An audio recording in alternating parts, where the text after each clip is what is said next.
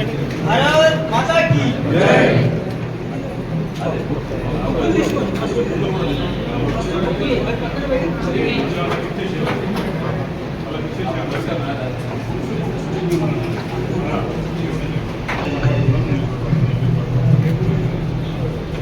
ఇప్పుడే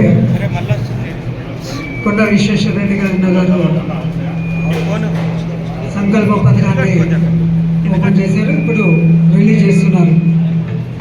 भारत माता की जय। भारत माता की जय। भारत माता की जय। भारत माता की जय।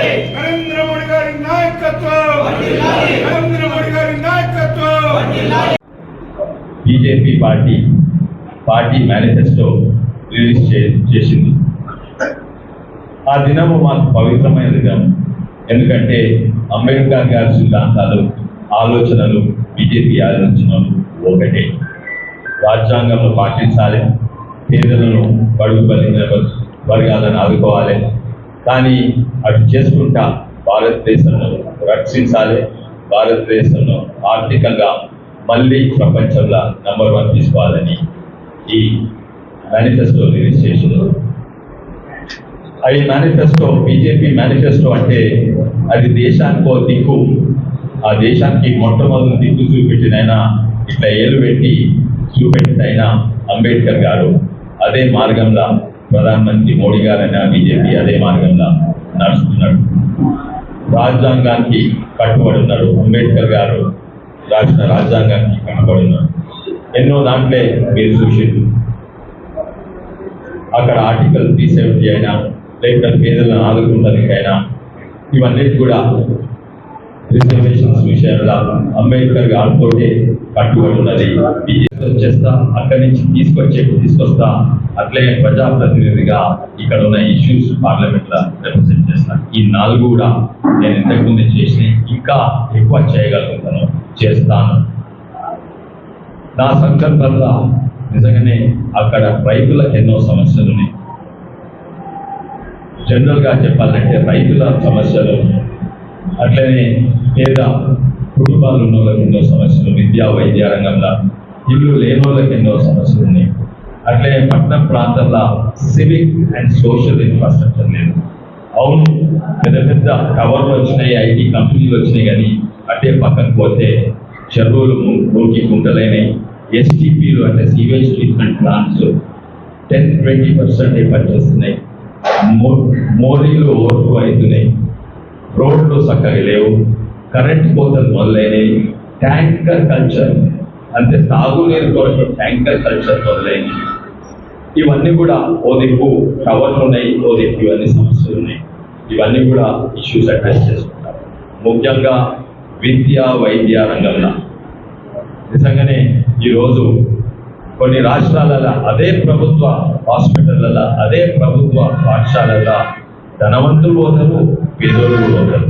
కానీ మన రాష్ట్రాలలో పేదోళ్ళు కూడా ప్రభుత్వ హాస్పిటల్, ప్రభుత్వ స్కూల్కు పిల్లలు అంతా భయపడుతున్నారు. వాటి కొరకు ఎన్నో నేను ప్లాన్స్ స్కీమ్స్ చేశాను.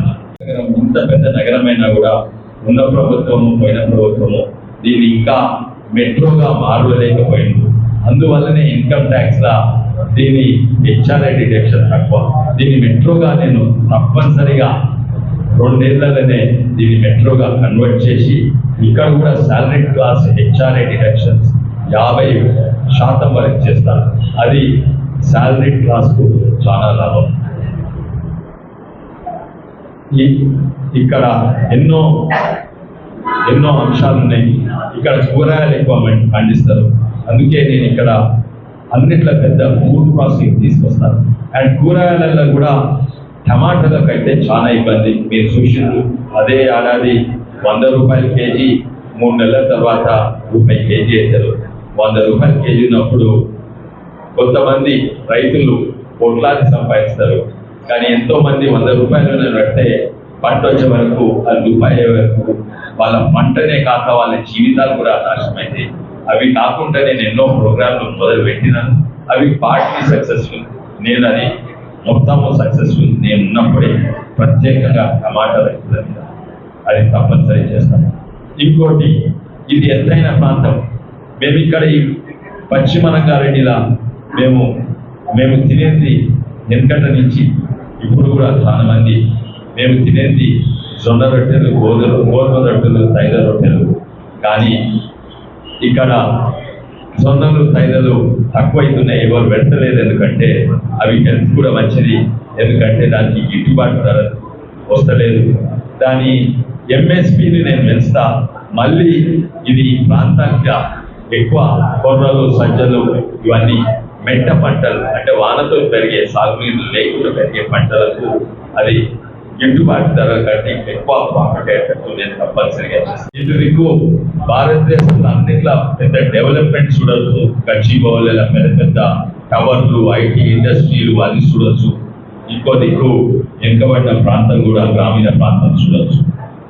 దాదాపు 50% డెవలప్డ్, కానీ డెవలప్మెంట్ లో ఎన్నో లోపాలు ఉన్నాయి. అటు టవర్లు కనబడుతుంటాయి, ఇటు బస్తీలు, మురికి గుంటలు కనబడుతుంటాయి. ఇటు గ్రామీణ ప్రాంతంలో ఒక దిక్కు రైతుల బాధలు తెలుస్తున్నాయి. ఇవన్నీ కూడా ఒకటే ఒక కాన్స్టిట్యున్సీలా. ఈ కాన్స్టిట్యున్సీలా 2,29 లక్షల ఓటర్స్ ఉన్నారు.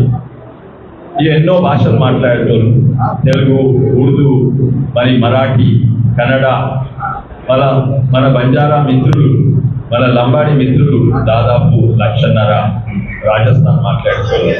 అదే కాక ఐటీ ఉన్నందువల్ల ఈడ తమిళ్, గుజరాతీ, పంజాబీ, బెంగాలీ మాట్లాడేటోళ్ళు. దేశంలోనే అతి డైవర్స్ ఉన్న కాన్స్టిట్యున్సీ అంటే మన చేవెళ్ళ పార్లమెంట్ కాన్స్టిట్యున్సీ.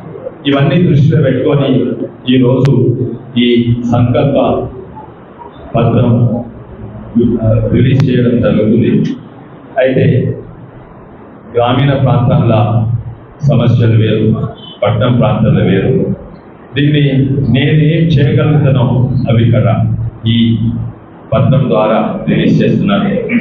ముఖ్యంగా ఒక ఎంపీ ఉంటే ఎంపీ మొట్టమొదటి బాధ్యత, ఎంపీ అంటే ఒక లీడర్ కాదు, ఎంపీ అంటే ఒక ప్రజాప్రతినిధి. చాలా మంది మర్చిపోతారు.